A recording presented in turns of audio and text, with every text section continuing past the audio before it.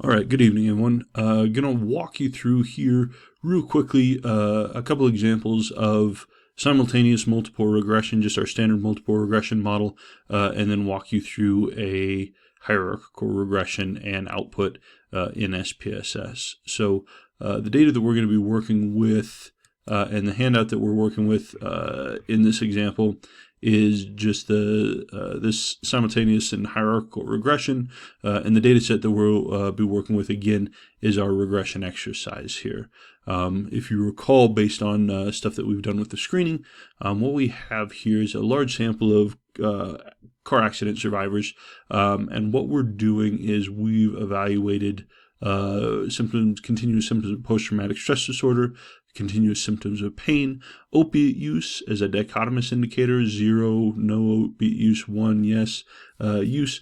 And then what we did, remember in our screening, is we had problems with some pretty severe positive skew for our role functioning variable. What we found, if you recall, is that this is actually ordered categorical data, so we've got basically 5 values, but the skew was really bad, kurtosis was bad. We went through and log transformed, still probably not an optimal variable for multiple regression, but what we'll be using here is that log transformed, or that natural log transform variable that we created in the screening, and so there's some nuance there to interpreting natural log transform when we regress that onto some of our predictors. So our model that we're going to be analyzing here in this set is the natural log of role functioning regressed on pain, opiate use, and our PTSD variable here. Okay, so just so you can follow along commands and stuff in our handout here.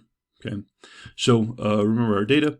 We have our pain variable, our opiate use variable, our PTSD, and then here is our natural log of role functioning. This is the variable that we created to try and improve some of that skew in those data. Okay, so we've gone through, we've screened, and what we want to do now is we want to run our model here.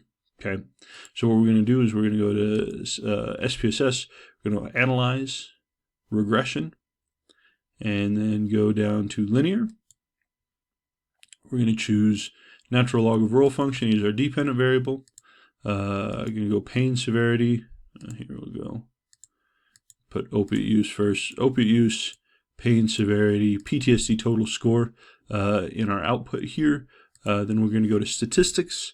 We're going to ask for part and partial correlations. Okay, this is going to give us our measure of effect size.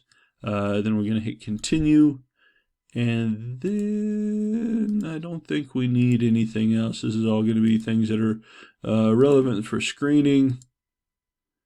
I think we're good. Okay, so I'm going to hit paste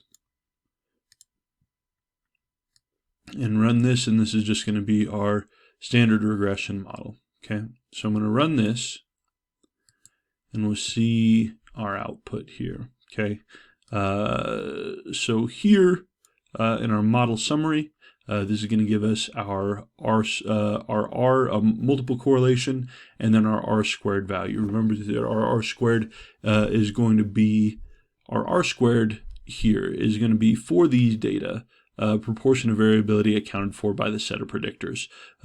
So for these data, it looks like about 38.1% of the total variability in the natural log transform of role functioning is being accounted for by the combination of opiate use, pain severity, and PTSD total score. Okay, so together, the best linear combination of these variables is accounting for about 38.1% of the total variability in natural log of role functioning in these data. Now notice we also have an adjusted R squared. Remember that R squared statistic is positively biased. It can't be negative. So even if our predictors have 0 shared variability with our outcome in the population, there's going to be some overlap just due to error variance and things like that. And so we know that our R squared statistic is going to be biased, and so we have our adjusted R square. Still positively biased, but less so than our R-squared value. And so if we were going to go through and wanted a population estimate, this would probably be a less biased estimate for in the population shared variability between best linear combination of our predictors and our outcome within the larger population. Okay. So this is our R-squared statistics, and then we have here our ANOVA model. Okay. So remember our sum of squares of regression here is going to be the difference between our predicted values and the mean of our outcome. This is telling us how much better above and beyond just predicting the mean our regression model is accounting for outcome. Our sum of squares of residual is the sum of squared deviations between our predicted values for each case and the actual observed value. Okay, and then our total, remember this is the sum of the squared deviations of each of our individual observations from the mean of y. This is just our total variability here. Okay, so this is our sums of squares. Here's our mean squared, and if we go through, we take our mean squared regression divided by mean squared residual, get our F statistic, and this F statistic, remember, is the hypothesis test for my R-squared value. Okay, what we're testing here is, does this model, again, does this set of predictors account for some non-zero proportion of variability in my outcome? And this, I'm getting a very large F. My significance level is, what do we got? 2.24 times 10 to the negative 20, so incredibly small p-value, giving definitive evidence against the null hypothesis that this R-squared value is 0 in the population. So again, our ANOVA here telling us whether or not we have a model that looks like it's accounting for some variability in our outcome. Okay, usually we're not too worried about this, generally looking at the magnitude of our R-squared there, but this, for just having 3 predictors, it looks like this model is doing an okay job of at least picking up some variability in our outcome. Okay, then we go down, and what we've got here is our coefficient table. Okay, first up here is the constant. All right, remember that our constant in our model is going to be represent the expected value of our outcome when all of our predictors are held constant at 0. Okay, and if I look at my regression equation here, we can see that. So here's my coefficient for pain, my coefficient for opiate use, my coefficient for PTSD. That should be a beta. Nothing needs, that's no reason for that to be different. It's a typo. But what we've got here is our intercept or our constant. And if we plug 0 for pain, 0 for opiate use, and 0 for PTSD, that means my all that's left here, because that's going to cancel out, that's going to cancel out, that's going to cancel out. All I'm left with is my constant. And my constant here is going to be my expected value of the natural log of role functioning when pain, opiate use, and PTSD are all held constant at 0. Okay, so when I look at this model, I'm seeing my constant. It's 4.33.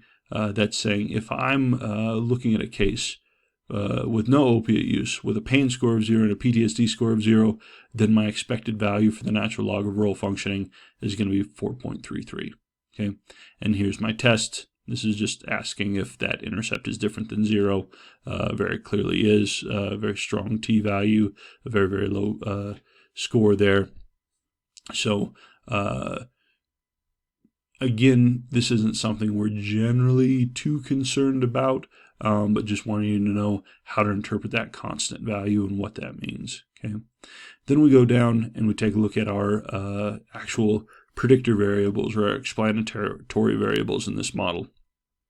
We're going to skip over for opiate use for a moment, but we do see modest to very strong evidence of an effect, a unique effect of pain severity on the natural log of role functioning, controlling for other variables in the model, and it also looks like we have a unique effect of PTSD total score here. Okay.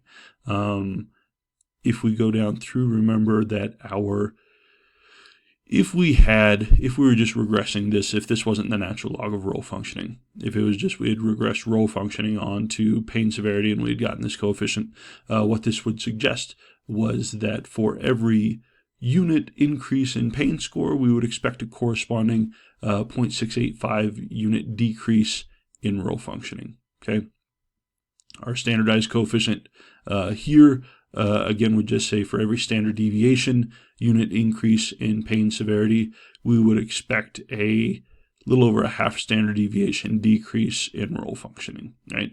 So same general format for interpretation. These are just in raw units, and these are in standard deviation units, okay?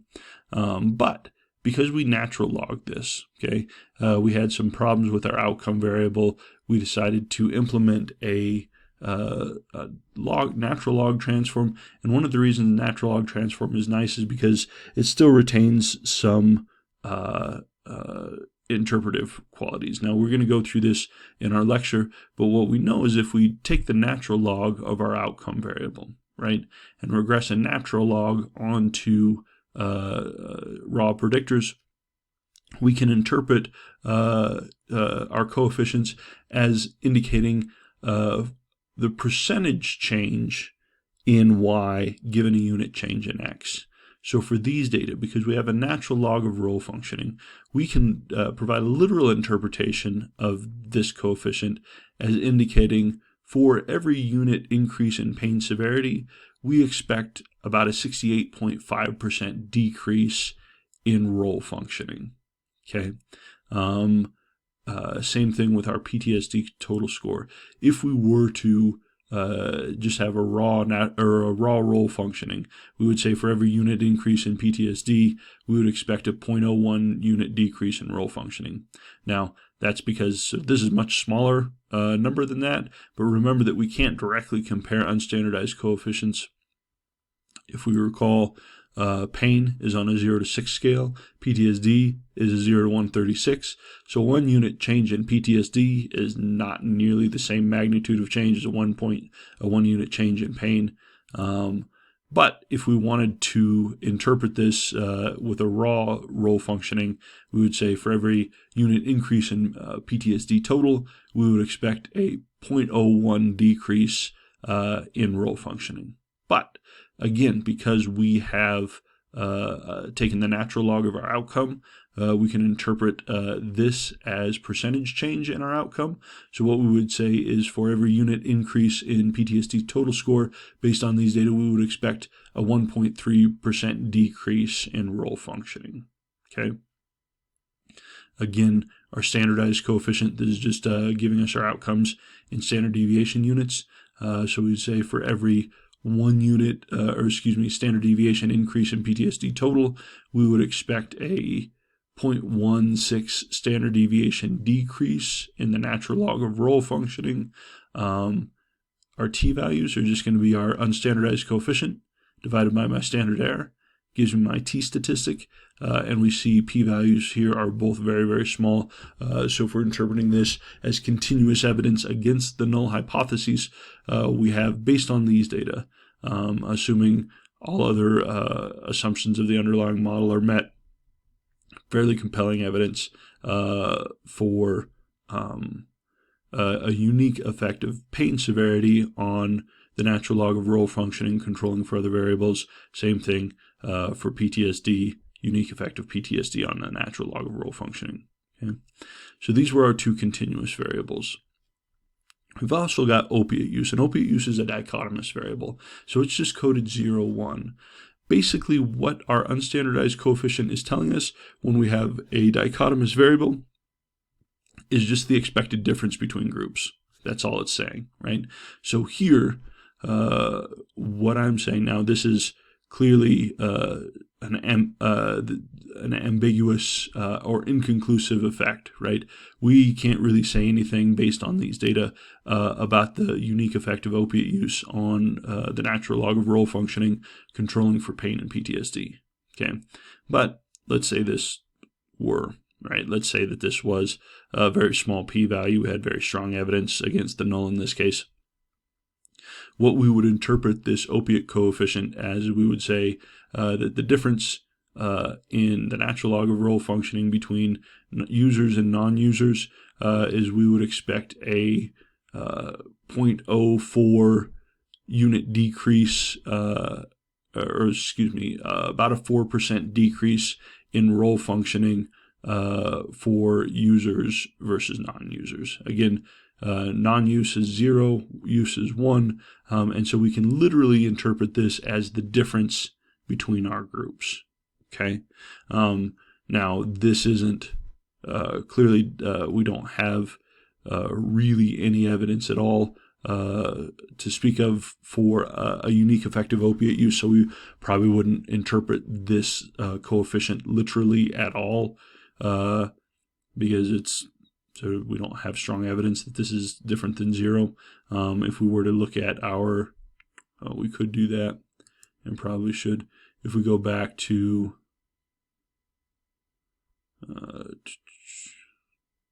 regression,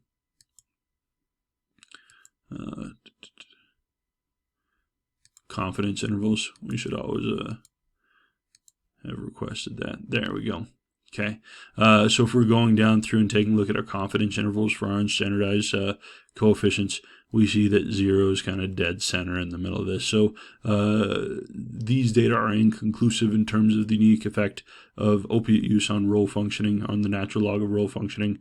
So we wouldn't make a strong interpretation there. But just as a reminder, this coefficient is just literally telling us, controlling for pain severity and PTSD, expected difference between users and non-users in these data. Okay, so here we have our confidence bounds. We interpret these confidence bounds just as we would any other confidence bounds, let's say for pain severity, suggesting that based on point estimate on our data is indicating an expected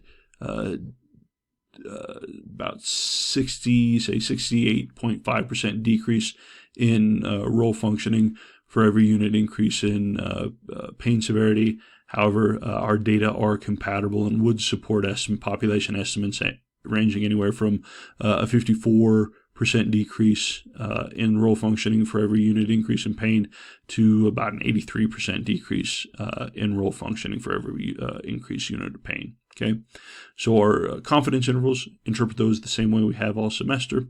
Last thing we're going to take a look at here is our correlations. So here is our zero order correlations. These are just our bivariate correlations. So if we were to run a correlation table, just our regular old correlations, the correlation between natural log of role functioning opiate use, negative 0.225, negative 0.596 for the correlation between pain severity and the natural log of role functioning, PTSD and natural log of role functioning is going to be negative 0.254. Okay, but what we have here is our partial correlation, our part correlation. Partial correlation, this is just our partial correlation. Remember that if we were to square our partial correlation, this is going to give us the proportion of residual variability in Y attributable to X, right? And when we say residual variability, that means that if we were to pull out everything that's shared between PTSD and opiate use with the natural log of role functioning, if we were to square, if we were to square this partial correlation, say 0.556 squared, this is going to give us a value of about 0.309. So about 31% of the residual variability left over after we pull out everything that's shared with opiate use and PTSD. Whatever is left over in terms of variability and role functioning, about 30% or 31% of that is attributable or accounted for or shared with pain severity. Same thing with PTSD. We see that if I 0.199, if I square that, it's going to give you 0.03, about a 0.04. And we would say that after controlling for opiate use and pain severity, about 4% of the residual variability in the natural log of role functioning is shared with PTSD total score. Okay. So again, when we're talking about our partial correlations, when we pull out the piece of the pie that's accounted for or shared with other variables in the model, what's left over, the squared partial is giving us a proportion that's shared with that. Okay.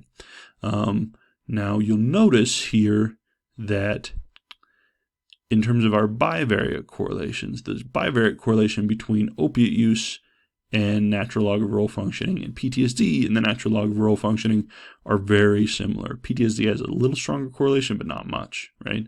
But when we go through and we look at the unique effects, right, which is what we're doing in regression, we still have pretty compelling evidence or decent evidence for a unique effect of PTSD on natural log of role functioning, controlling for pain severity and opiate use, right?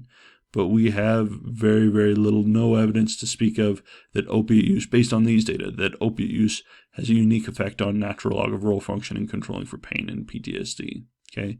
Now, again, that might seem odd because these both have very similar bivariate correlations with our outcome. What that means is almost all of the variability in opiate use that opiate use shares with the natural log of role functioning is overlapping with pain and PTSD. Once we pull out that overlapping piece, there's really nothing less left over here. And so that's why we're seeing, despite similar bivariate correlations, that PTSD continues to have a unique effect, whereas opiate use does not. Okay. So these are our zero order correlations, our partial correlations, and then our part. Remember, this is SPSS's notation for semi-partial correlations. And remember that when we square semi-partial correlations, this is a very nice index, intuitive and interpretable index, because we can just interpret this as the percentage of total variability in our outcome that's unique to our predictor, right? So here, again, if we start with pain, just because that's the biggest effect, is 0.526.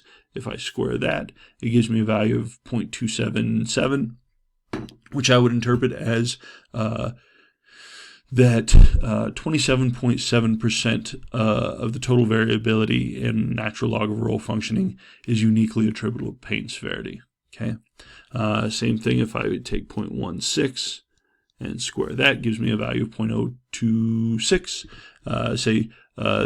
Based on these data, I expect about 2.6% of the total variability in the natural log of role functioning to be uniquely attributable to PTSD total score.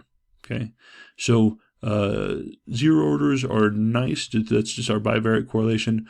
Partial correlations, as we'll talk about later in class, these are a nice benchmark metric of effect size. Semi-partial correlations, if we square those, that's going to give us a nice interpretive metric for our regression output. Okay, so that covers everything that you're going to get here in this model. Okay, the other thing we're going to do, and so that's our simultaneous, our standard multiple regression. Other thing we're going to do is we're going to go through and we're going to demonstrate a hierarchical regression. Okay, now we're going to talk about this in class. Nothing unique or special or magical about hierarchical regression. People will think there is something crazy special. It's not. What this is doing is our hierarchical regression is just going to give us a series of stepped models built on one another that we can then go through and interpret and look at, primarily the increase in our R squared across our individual steps. Okay. So if I go to analyze and I go down to regression, go back to linear, okay, this time I'm going to go through, I'm going to kick all those out. But this time, so I've got role functioning, natural log of role functioning is my outcome. But this time what I'm going to do is I'm going to say I want, let's say, opiate use to be in my first step. Then I'm going to hit next. In my second step, block 2 of 2, I'm going to have pain severity. I'm going to include that. I'm going to hit next. And in my last block, I'm going to put PTSD, drop that in there, keep my part and partial correlations, confidence intervals, keep all of that. Okay, nothing else we need to worry about. So I'm going to go ahead and hit paste. All right. And so I'm going to go through and run this. All right. This is going to give me a little bit different output. Okay. Here I've got my model summary. This is giving me my R and my R squared, my adjusted R squared values for my step 1 of my model. And step 1 of my model just has opiate use in it. So my model with just opiate use alone is accounting for about 5% of the total variability in the natural log of role functioning in these data. Okay. My second step of the model has both opiate use and pain.